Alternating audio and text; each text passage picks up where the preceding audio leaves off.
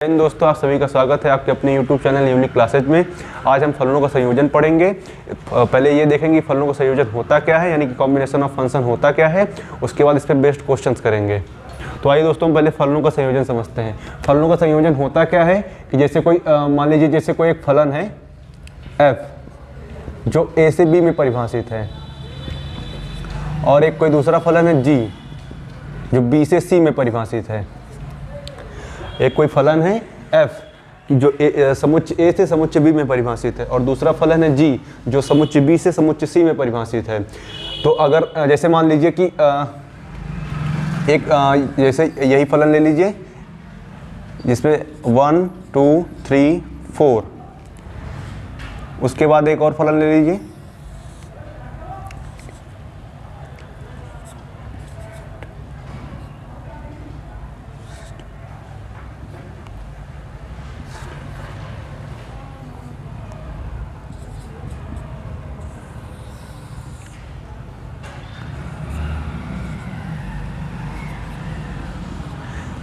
ऐसे हमने ले लिया, 3 समुच्चय हमने बना लिए।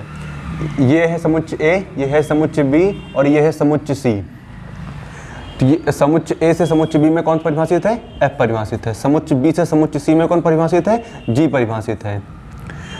तो ये क्या है कि हमने समुच्चय A में 1 2 3 4 ऐसे नंबर डाले, तो समुच्चय B में कौन कौन से नंबर आते हैं? 1 8 27 64 ये नंबर्स आ रहे हैं। यानी कि इस पे जो हमने डाला मतलब जो हमने इस पे जो हमने इसमें इनपुट किया, हमने जो इस पे इनपुट किया वो इसका क्या हो गया? आउटपुट हो गया। वो इसका क्या हो गया?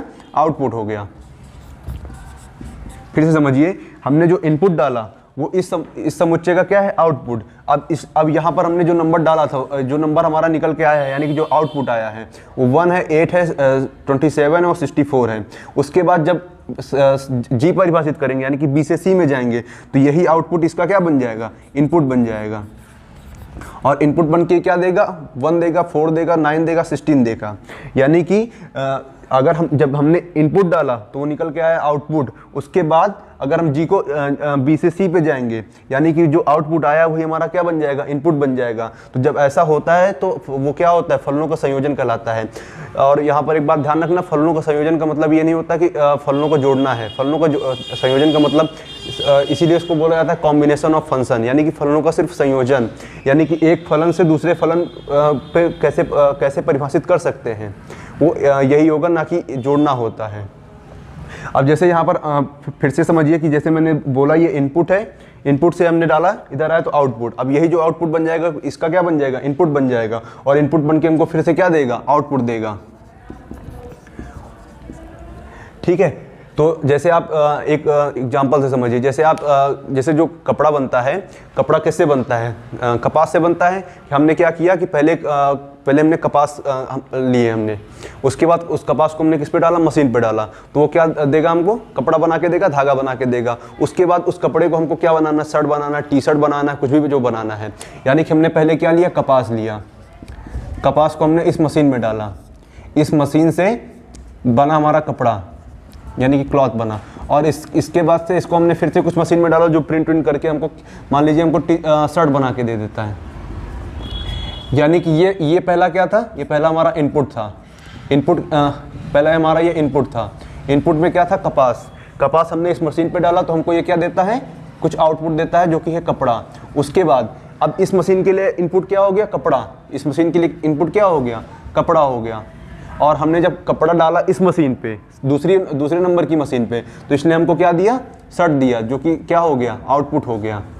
और जब इनपुट डाले तो निकला आउटपुट। अब जो आउटपुट आया है पहला वाला, वो वो क्या बन जाएगा? दूसरी वाली मशीन के लिए इनपुट बन जाएगा।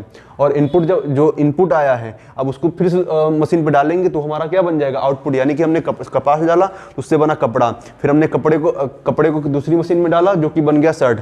ये शर्ट, टी शर्ट, जीन्स, जो भी आप कह सकते हैं। तो यही होता है फलनों का संयोजन। अब फलनों का संयोजन होता क्या है कि तो एक फलन ए से बी में परिभाषित है और दूसरा फलन बी से सी में परिभाषित है। और ऐसा दिया है कि हमने ए से बी में परिभाषित किया एफ को, बी से सी में जी को परिभाषित किया, तो ये जी ओ एफ कहलाता है, यानी कि गॉफ कहलाता है। ये हमारा हो गया फलनों का संयोजन। तो आइए दोस्तों हम ये समझते हैं कि फलनों के संयोजन को हम कितने प्रकार से लिख सकते हैं।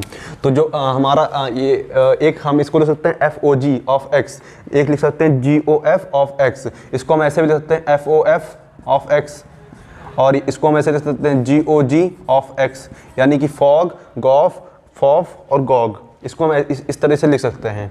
अब देखिए कि जो f है, f a से b में परिभाषित था, और जो g है वो b से c में परिभाषित था। अब यहाँ पर a क्या है, यहाँ पर जो a है f का क्या है, प्रांत है, ये f का क्या है, प्रांत है, यानी कि डोमेन है।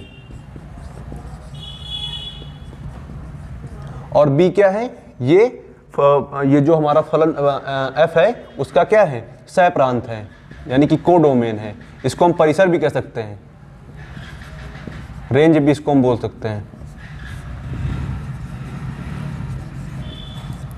और ये तो हमारा पहला फलन f है जो a से b में परिभाषित था। अब यहाँ पर a क्या है, फलन ये जो f का ये प्रांत है, यानी कि डोमेन हो गया। b क्या है, सह प्रांत या फिर परिसर हो गया है। अब इसी प्रकार g में यहाँ जो b होगा ये हमारा क्या होगा, ये प्रांत होगा, यानी कि डोमेन होगा। और c क्या होगा, ये सह प्रांत या परिसर होगा। और तो अगर हम देखें फलनों का संयोजन हम लिखते किस प्रकार से हैं, तो यहाँ जो f लिखा है ये क्या होगा, यहाँ पर OG लिखा है, O का मतलब ऑफ कर देंगे, और ये G ऑफ x, यानी कि हम पहले क्या करेंगे, कुछ हमारा ये जो x है इसकी कुछ वैल्यू होगी, ये इसकी कुछ वैल्यू होगी जिसको हम पहले G में डालेंगे, पहले हम G फलन में डालेंगे। उसके बाद जो हमारा आउटपुट आएगा उसको हम किस में डालेंगे, F में डालेंगे। तो वो हमारा वो F के लिए क्या बन जाएगा, इनपुट बन जाएगा। उसके बाद जो लास्ट में वैल्यू आएगी वो F के लिए क्या हो जाएगी, आउटपुट हो जाएगी। फिर से समझिए, मैंने क्या बोला कि जो पहले x की वैल्यू होगी हम पहले फंक्शन दूसरे फंक्शन यानी कि G में डालेंगे, तो वो हमारा क्या निकल के आएगा, पहला आउटपुट निकल आएगा। अब वही पहला आउटपुट दूसरे f के लिए क्या बन जाएगा, इनपुट बन जाएगा। अब वो जो जब हम उसको f में डालेंगे, f ऑफ x में डालेंगे, तो वो हमारा क्या बन के आ जाएगा, लास्ट आउटपुट, यानी कि जो हमारा आंसर होगा। इसी प्रकार से अगर हमको इसको लिखना है GOF को, तो ये क्या आएगा, G of f of x आएगा। इसी प्रकार अगर हम इसको लिखना है तो ये आएगा f ऑफ x आएगा। अगर हमको GOG को लिखना है तो ये आ जाएगा G ऑफ x आ जाएगा। तो ये तो फलनों का संयोजन कुछ इस प्रकार से लिया जाता है, इसी प्रकार से इसका नोटेशन होता है, इसी प्रकार से इसको हम निरूपित करते हैं। यहाँ से एक बार फिर से समझ लीजिए कि जो f है a से b में परिभाषित था। अब यहाँ कुछ दूसरे समुच्चय भी हो सकते हैं, PQ हो सकता है, XY हो सकता है, जो भी आप मान लीजिए कोई भी लेटर। तो f क्या था, a से b में परिभाषित था, जहाँ a f का प्रांत है, b f का सह प्रांत है यानी कि परिसर है कह सकते हो आप, G b का प्रांत है, और C G का सह प्रांत या फिर परिसर हो सकता है। और तो ये हमारा क्या हो गया, फलनों का निरूपण हो गया। इसी प्रकार से हम इनको ये क्या है, फलनों का निरूपण,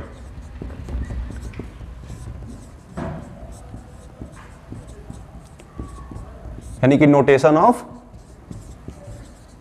फंक्शन। इसी प्रकार से हम फलनों को निरूपित करते हैं।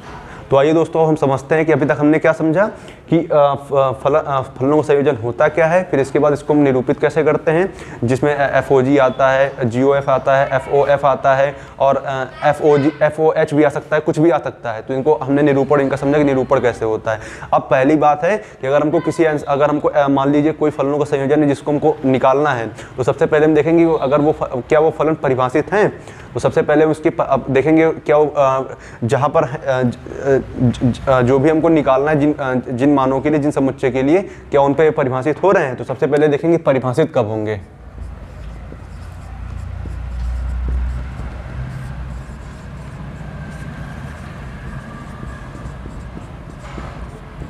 तो परिभाषित कब होंगे कि हमने बोला था कि जो f है वो a से b में परिभाषित है, और जो g है वो b से c में परिभाषित है। तो अगर GOF को क्या दिखाना है, अगर ये दिखाना कि परिभाषित कब होगा, ये परिभाषित कब होगा जब G का जो प्रांत है वो F के सहप्रांत यानी कि परिसर के बराबर हो।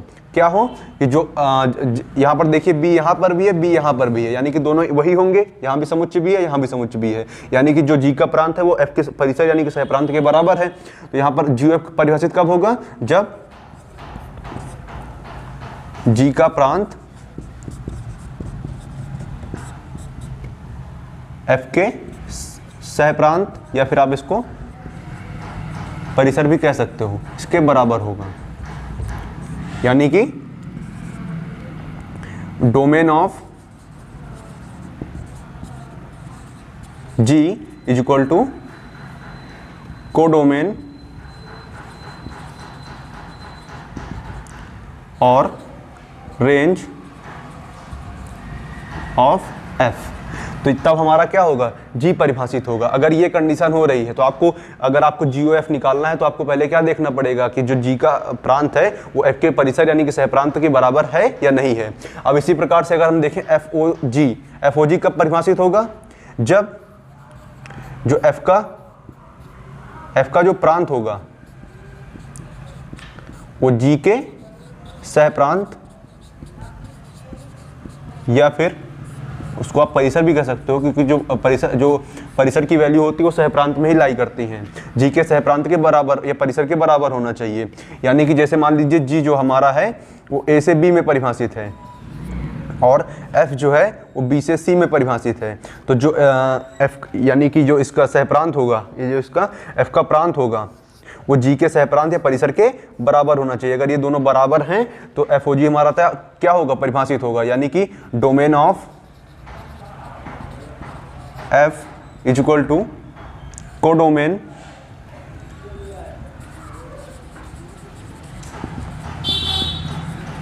या रेंज, ऐसा आप कह सकते हो। अगर ये कंडीशन दी हुई है तो हमारे फलन क्या होंगे, परिभाषित होंगे। तो हमने ये समझ लिया कि फलन परिभाषित कैसे होते हैं।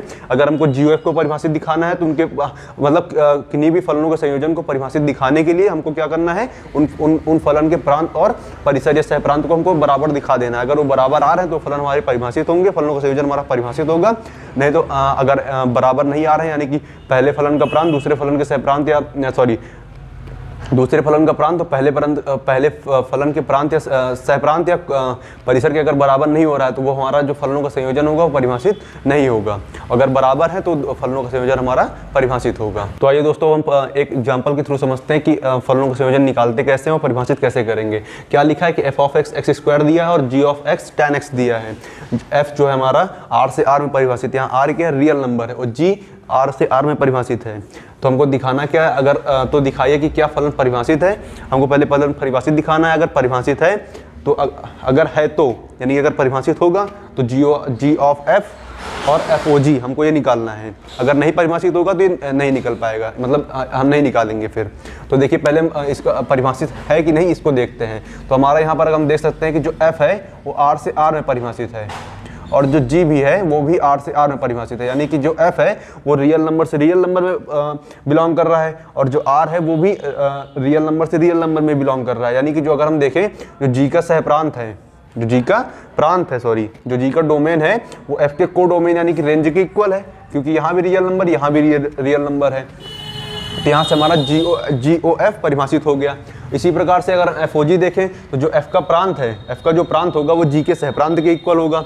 यानी कि यहाँ पर FOG भी परिभाषित हो जाएगा। तो हम कह सकते हैं कि जो यहाँ पर जो GOF है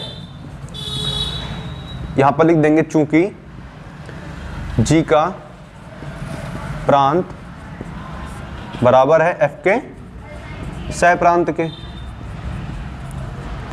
इसलिए GOF ऑफ x परिभाषित होगा।